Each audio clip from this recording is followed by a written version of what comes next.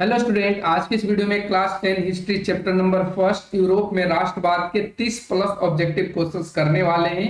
जो एग्जाम में जो आपके परीक्षा में बार बार क्वेश्चन पूछे जाते हैं, वही प्रश्न को हमने यहाँ पे आपके सामने लाया है। तो आप लोग शुरू से लेकर अंत तक वीडियो देखिएगा और जो भी क्वेश्चंस का आंसर आपको समझ में ना आए तो आप कमेंट सेक्शन में पूछ सकते हैं।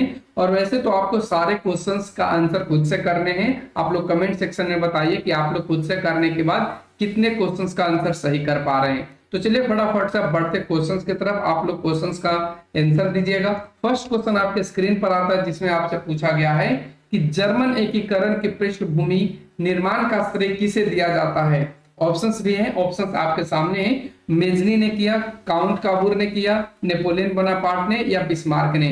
तो जर्मन एकीकरण की जो पृष्ठभूमि का निर्माण का श्रेय जो दिया जाता है वो आपको नेपोलियन बोनापार्ट को दिया जाता है। ऑप्शन सी बिल्कुल यहाँ से राइट बनेगा। अब बढ़ते हैं आगे क्वेश्चन नंबर 2, जिसमें पूछा गया है कि राष्ट्रवाद की भावना किस वर्ष उन्नत रूप से प्रकट हुई। ऑप्शंस दिए गए हैं। ऑप्शन ए में 1797, ऑप्शन बी में 1861, ऑप्शन सी में 1821 और ऑप्शन डी में 1789। तो राष्ट्रवाद की भावना कब हुई? तो 1789 में आपका उन्नत रूप से प्रकट हुआ। तो ऑप्शन डी यहाँ पे करेक्ट बन जाएगा। क्वेश्चन नंबर 3 में पूछा है कि नेपोलियन ने जर्मनी में किस संघ की स्थापना की थी। ऑप्शंस हैं। ऑप्शन ए में ट्रांसपेडेन, ऑप्शन बी में सिलसेपाइन, ऑप्शन सी में राइन संघ और ऑप्शन डी में इनमें से कोई नहीं। तो नेपोलियन ने जर्मनी में राइन संघ की स्थापना की थी। ठीक है, तो ऑप्शन आपका सी बिल्कुल राइट हो जाएगा। अगर यही आपको संघ के जगह पे गणराज्य दिया हुआ रहता तो ये आपका तीनों के तीनों सही होता, लेकिन आपसे यहाँ पे संघ पूछा गया है तो ये आपका राइन संघ होगा। Option C. नेक्स्ट क्वेश्चन आता है क्वेश्चन नंबर 4, जिसमें पूछा गया है कि हंगरी की भाषा क्या थी। ऑप्शन दिया गया है। ऑप्शन ए में इतावली, ऑप्शन बी में मैग्यार, ऑप्शन सी में पोलिश और ऑप्शन डी में फ्रेंच। तो हंगरी की जो भाषा थी वो आपका मैग्यार थी। एक चीज और आप याद रखिएगा, आपसे पूछा जाता है कि हंगरी की राजधानी कहाँ थी। ये भी आपसे क्वेश्चन पूछा जा सकता है और पूछा गया है प्रीवियस ईयर में। जब आप देखेंगे तो ये क्वेश्चन देखने को मिलेगा कि हंगरी की राजधानी निम्न में कौन थी। तो आपको याद रखना है इसका राजधानी का नाम था बुडापेस्ट। ठीक है, बुडापेस्ट, तो आपको ध्यान रखना है। और उसी तरीके से एक और आपको पूछा जा सकता है ऑस्ट्रिया। ठीक है, ऑस्ट्रिया की राजधानी कौन सी थी? तो ऑस्ट्रिया का राजधानी वियना। आपको ध्यान रखना है दोनों का। अगला क्वेश्चन आता है 5 नंबर, जिसमें पूछा गया है कि जाल्वेराइन की स्थापना किस राज्य ने की। जाल्वेराइन की स्थापना किस राज्य की बात पूछा गया है। ऑप्शंस दिए गए हैं। ऑप्शन ए में प्रसा, ऑप्शन बी में ऑस्ट्रिया, ऑप्शन सी में सर्डेनिया और ऑप्शन डी में नेपल्स। इस प्रश्न का राइट आंसर क्या होगा? तो आप यहाँ पे देख सकते हैं, हमने यहाँ पे आपके बुक से ही स्लाइड लगा दिया है कि 1834 में जर्मनी व्यापारियों ने आर्थिक व्यापारिक समानता के लिए प्रसा के नेतृत्व में। तो इस प्रश्न का राइट आंसर क्या होगा? जाल्वेराइन संघ की स्थापना किसने की थी? तो प्रसा ने। ठीक है, ध्यान रखना, किसने? प्रसा के नेतृत्व में जाल्वेराइन नामक आर्थिक संघ बनाया गया। अगर आपसे पूछा जाए कि जाल्वेराइन संघ की स्थापना किस वर्ष करी गई, तो आपको ध्यान रखना है 1834 में। आप यहाँ पे देख पा रहे होंगे, आपके सामने दिख रहा है 1834 ईस्वी में। अगला क्वेश्चन आता है क्वेश्चन नंबर 6, जिसमें पूछा गया है कि यंग यूरोप की स्थापना किसने की थी। ऑप्शन है। ऑप्शन ए में मेजनी ने, ऑप्शन बी में काबूर ने, ऑप्शन सी गैरिबाल्डी और ऑप्शन डी बिस्मार्क ने। तो जितना भी यंग काम किया गया है, यंग जो आपको काम हुआ है वो मेजनी के द्वारा किया गया है। अगर आपसे यंग यूरोप पूछ ले या यंग इटली पूछ ले तो ये सभी की स्थापना करने का जो श्रेय है वो मेजनी को जाता है। तो इस प्रश्न का राइट आंसर कौन सा हो जाएगा? मेजनी। अगला क्वेश्चन आता है क्वेश्चन नंबर 7, जिसमें पूछा गया है कि यूनान की स्वतंत्रता संग्राम में किसकी पराजय हुई थी। ऑप्शंस दिए गए हैं। ऑप्शन ए में यूनान की, ऑप्शन बी तुर्की की, ऑप्शन सी रूस की और ऑप्शन डी फ्रांस की। तो इस प्रश्न का राइट आंसर क्या होगा? तुर्की की। ठीक है, ऑप्शन बी बिल्कुल यहाँ से सही हो जाएगा। क्वेश्चन नंबर 8 आते हैं, फ्रेंड्स ऑफ इटली नामक संस्था का गठन किसने किया था। तो फ्रेंड्स ऑफ इटली नामक जो संस्था था, आप ऑप्शन से देख करके बता सकते हैं। ऑप्शन ए में जियोबर्टी ने किया था, चार्ल्स एल्बर्ट ने किया, विक्टर इमैनुअल ने या मेजनी ने। तो फ्रेंड्स ऑफ इटली जो है संस्था, इस संस्था के संस्थापक कौन था? वो आपका मेजनी था। तो ऑप्शन डी बिल्कुल यहाँ से सही हो जाएगा। क्वेश्चन नंबर 9 पे आते हैं, जिसमें पूछा गया है कि फ्रैंकफर्ट की संधि किस वर्ष हुई थी। और ये मोस्ट वीवीआई ऑब्जेक्टिव क्वेश्चन है, बहुत बार फ्रैंकफर्ट की संधि पूछा जा चुका है, आप लोग प्रीवियस ईयर देख सकते हैं। तो चलिए ऑप्शंस के अकॉर्डिंग बताना है, 1864, 1866, 1870 और 1871। तो बताइए फटाफट से कि फ्रैंकफर्ट की संधि कब हुई। तो ये आप एक स्लाइड के माध्यम से देख सकते हैं कि जो फ्रैंकफर्ट की संधि हुई, अगर पूरा डेट दे दिया जाए तो आप डेट को याद रखेंगे 10 मई 1871 को। यहाँ से ऑप्शन डी बिल्कुल सही हो जाएगा, 10 मई 1871 को। ठीक है, और अगर ये पूछ लिया जाए तो कौन कौन से राज्य की बात करें तो आप देख पाएंगे यहाँ पे दोनों राष्ट्रों के बीच शांति कौन कौन से, फ्रांस और प्रसा। ध्यान रखेंगे फ्रैंकफर्ट की संधि फ्रांस और प्रसा, ध्यान रखना आपको।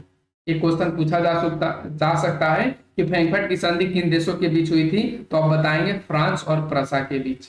ठीक है, अगला क्वेश्चन आता है कि 1830 की क्रांति के बाद फ्रांस में किस प्रकार का शासन स्थापित हुआ।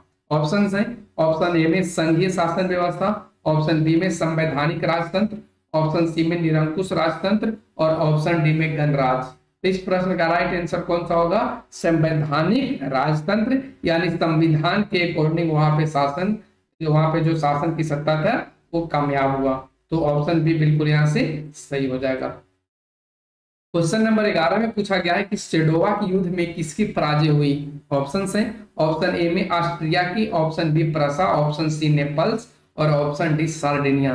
तो सेडोवा के युद्ध में किसकी पराजय हुई, ऑप्शंस के अकॉर्डिंग आपका राइट आंसर बनेगा ऑस्ट्रिया की। ठीक है, तो आप ध्यान रखेंगे यहाँ पे। क्वेश्चन नंबर 12 में पूछा गया है कि किस युद्ध के बाद जर्मनी का एकीकरण पूरा हुआ। उस युद्ध का नाम बताना है जिसके बाद जर्मनी का एकीकरण हुआ।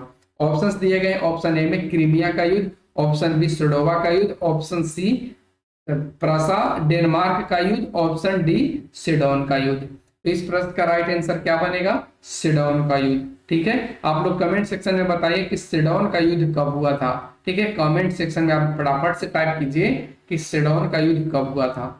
अब आता है क्वेश्चन नंबर 13 पे, जिसमें पूछा गया है कि यूरोप वासियों के लिए किस देश का साहित्य एवं ज्ञान विज्ञान प्रेरणा स्रोत रहा है। ऑप्शन है, ऑप्शन ए में जर्मनी, ऑप्शन बी यूनान, ऑप्शन सी तुर्की और ऑप्शन डी इंग्लैंड। तो यूरोप वासियों के लिए जो साहित्य एवं ज्ञान विज्ञान प्रेरणा स्रोत रहा है वो आपका यूनान का रहा है। तो ऑप्शन बी बिल्कुल यहाँ से सही बन जाएगा। अब आते हैं हम लोग क्वेश्चन नंबर 14 पे, जिसमें पूछा गया है कि 1829 ईस्वी की एड्रियानोपल की संधि किस देश के साथ हुई थी। अगर आपसे भी पूछ लिया जाए कहीं कहीं कि एड्रियानोपल की संधि कब हुई, तो आप ये डेट को याद रखिएगा 1829 में। आपको यहाँ से यहाँ भी देखने को मिल सकता है कि एड्रियानोपल की संधि किस वर्ष की गई थी या किस वर्ष हुई थी। यहाँ पे आपको अभी देश का नाम बताना है। तो चलिए हम यहाँ पे आपको बताते हैं ऑप्शंस के अकॉर्डिंग। ऑप्शन ए में हंगरी दिया है, बी में यूनान दिया है, सी में तुर्की और डी में पोलैंड। तो बताइए एड्रियानोपल की संधि किसके बीच में हुई थी, तो ये आपका तुर्की के बीच में हुई थी। ऑप्शन सी यहाँ पे सही हो जाएगा। अगला क्वेश्चन आता है कि जाल्वेराइन किसकी संस्था थी। ऑप्शन दिए गए हैं, ऑप्शन ए में क्रांतिकारियों की, व्यापारियों की, विद्वानों की या पादरी सामंतों की। तो जाल्वेराइन किसकी संस्था थी, तो ये आपका व्यापारियों की थी। ऑप्शन बी बिल्कुल यहाँ से सही होगा। और ऐसे क्वेश्चन तो बहुत बार पूछे जा चुके हैं, आप प्रीवियस ईयर में उलट करके क्वेश्चंस देख सकते हैं। रक्त एवं लौह की नीति का अवलंबन किसने किया था। तो ये रक्त और लौह की नीति जो नीति था उसका अवलंबन करने वाला व्यक्ति ऑप्शंस के अकॉर्डिंग बताइए। क्या मेजनी ने किया था, बिस्मार्क ने किया था, गैरिबाल्डी ने किया था या हिटलर ने किया था। तो इस प्रश्न का राइट आंसर कौन सा बनेगा, रक्त एवं लौह की नीति जो अपनाया था उस व्यक्ति का नाम था बिस्मार्क। तो ऑप्शन बी बिल्कुल यहाँ से सही बनेगा। क्वेश्चन नंबर 17 में पूछा गया है कि इटली एवं जर्मनी के एकीकरण के विरुद्ध निम्न में कौन था। ऑप्शंस हैं, इंग्लैंड था, रूस था, ऑस्ट्रिया था या प्रसा था। तो इस प्रश्न का राइट आंसर कौन सा हो जाएगा, option C Austria. Question number 18 पे आते हैं, जिसमें पूछा गया है कि काउंट काबूर को विक्टर इमैनुअल ने किस पद पर नियुक्त किया था। तो विक्टर इमैनुअल ने किस पद पर नियुक्त किया था, तो वो आपका प्रधानमंत्री के पद पर नियुक्त किया था। तो ऑप्शन सी बिल्कुल सही हो जाएगा।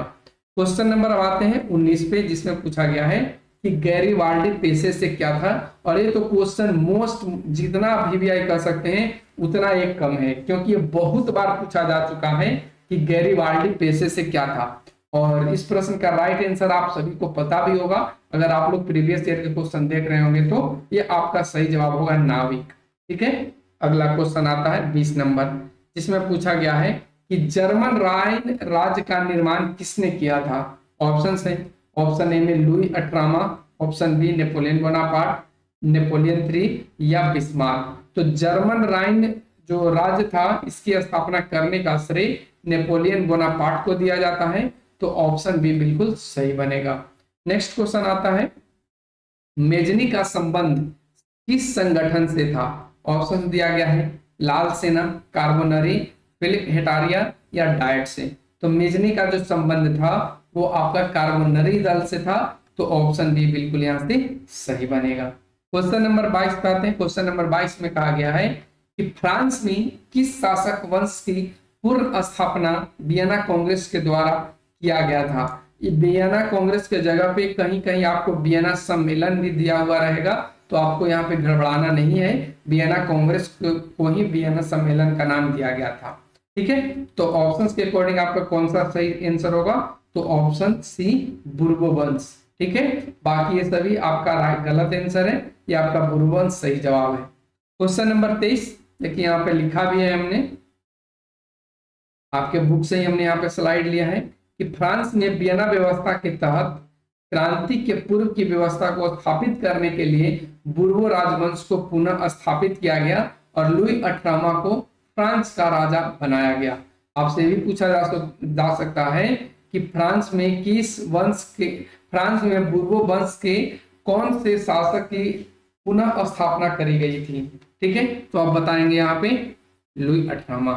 क्वेश्चन नंबर 23 पे आइए। क्वेश्चन नंबर 23 में कहा है कि यूरोप का मरीज किसे कहा गया है। ऑप्शन है इंग्लैंड को, तुर्की को, ऑस्ट्रिया को, प्रसा को। तो यूरोप का मरीज तुर्की को कहा गया है, ऑप्शन बी बिल्कुल सही होगा। अगला क्वेश्चन आता है 24 नंबर, जिसमें पूछा गया जुलाई क्रांति कब हुई। ऑप्शन है जुलाई क्रांति आपका सही जवाब होगा ऑप्शन सी, 1830 ईस्वी में जुलाई की क्रांति हुई थी। ठीक है, अगला क्वेश्चन 25 नंबर में पूछा गया कि सेडोवा का युद्ध किसके बीच हुआ था। ऑप्शन है, ऑप्शन ए में इंग्लैंड और तुर्की के बीच, जर्मनी और फ्रांस के बीच, ऑस्ट्रिया और प्रसा के बीच, डेनमार्क और प्रसा के बीच। तो सेडोवा का जो युद्ध हुआ था वो आपको 1866 ईस्वी में लड़ा गया था और एक प्रसा के खिलाफ हुआ था। किसके, प्रसा, और प्रसा और किसके बीच आप कह सकते हैं ऑस्ट्रिया। तो ऑप्शन सी बिल्कुल यहाँ पे राइट होगा, ऑस्ट्रिया और प्रसा के बीच में आपका सेडोवा का युद्ध हुआ था 1866 ईस्वी में। तो ध्यान रखना है। अगला क्वेश्चन आता है वियना सम्मेलन कब हुआ। ऑप्शंस दिए गए हैं। ऑप्शन ए में 1870-71, 1814-15, 1848-49 और 1830-31। तो वियना सम्मेलन कब हुआ था, तो आप देख सकते हैं ये 1815 में हुआ था, तो 1814-15 इसका राइट आंसर बनेगा। अगर आपसे ये क्वेश्चन पूछ लिया जाए कि वियना सम्मेलन का मेजबानी कौन किया था या वहां के अध्यक्ष कौन था, तो आप बताएंगे ऑस्ट्रिया के चांसलर था, और ऑस्ट्रिया के चांसलर का नाम मेटरनिख था। आपको इस चीज को भी ध्यान में रखना है। आपको ये भी ध्यान रखना है कि इस सम्मेलन में कौन कौन से देश भाग लिया था। तो आप कह सकते हैं ब्रिटेन, रूस, प्रसा और ऑस्ट्रिया जैसी जो यूरोपीय शक्ति थी, ये मिलकर के इस सम्मेलन का आयोजन किया था। तो ध्यान रखना है। अगला क्वेश्चन आता है 27 नंबर, जिसमें पूछा गया है सिडोन का युद्ध कब हुआ। तो ऑप्शंस आपके सामने, ऑप्शन ए में 1848, 1870, 1871 और 1866। तो सिडोन का युद्ध कब लड़ा गया, आप बता सकते हैं यहाँ पे देख करके ऑप्शंस में कि ये 19 जून 1870 ईस्वी को हुआ था। अब किसके किसके बीच में हुआ था, तो ये भी आपको पता होना चाहिए कि ये फ्रांस और प्रसा के बीच हुआ था। ठीक है, फ्रांस और प्रसा के बीच हुआ था। अगला क्वेश्चन आता है 28 नंबर, जिसमें पूछा गया है कि वियना सम्मेलन की मेजबानी किसने की थी। अभी हमने आपको इस प्रश्न का उत्तर बता दिया है, आप लोग कमेंट सेक्शन में इस प्रश्न का आंसर टाइप कीजिएगा। अगला क्वेश्चन आता है 29 नंबर, जिसमें पूछा गया है डाइट क्या था। डाइट जो है वो क्या था। ऑप्शन ए में ये एक सेना था, क्रांतिकारी संगठन था, विचारक था या जर्मन सांसद था? तो डायट का मतलब होता था जर्मन का सांसद, तो ऑप्शन डी बिल्कुल राइट आंसर होगा। अगर यहाँ पे जर्मन संसद की जगह पे आपको रूस संसद दिया जाए तो आपको ध्यान रखना है जर्मन संसद आपका राइट आंसर बनेगा। अगला क्वेश्चन आता है कि यूनान कब स्वतंत्र हुआ था? यूनान कब स्वतंत्र हुआ था? उस टाइम, उस मतलब वर्ष का नाम बताइए। तो इस प्रश्न का राइट आंसर कौन सा बनेगा? ऑप्शन बी 1832 में जो यूनान था वो पूर्ण रूप से स्वतंत्र हो चुका था। तो आप लोग कमेंट सेक्शन में बताइए आज का सीरीज कैसा लगा। इसी तरीके के न्यू कंसेप्ट पे वीडियो आप लोगों को यदि चाहिए तो आप लोग कमेंट सेक्शन में इसके बारे में जवाब जरूर दीजिए। Thanks for watching, take care, bye bye.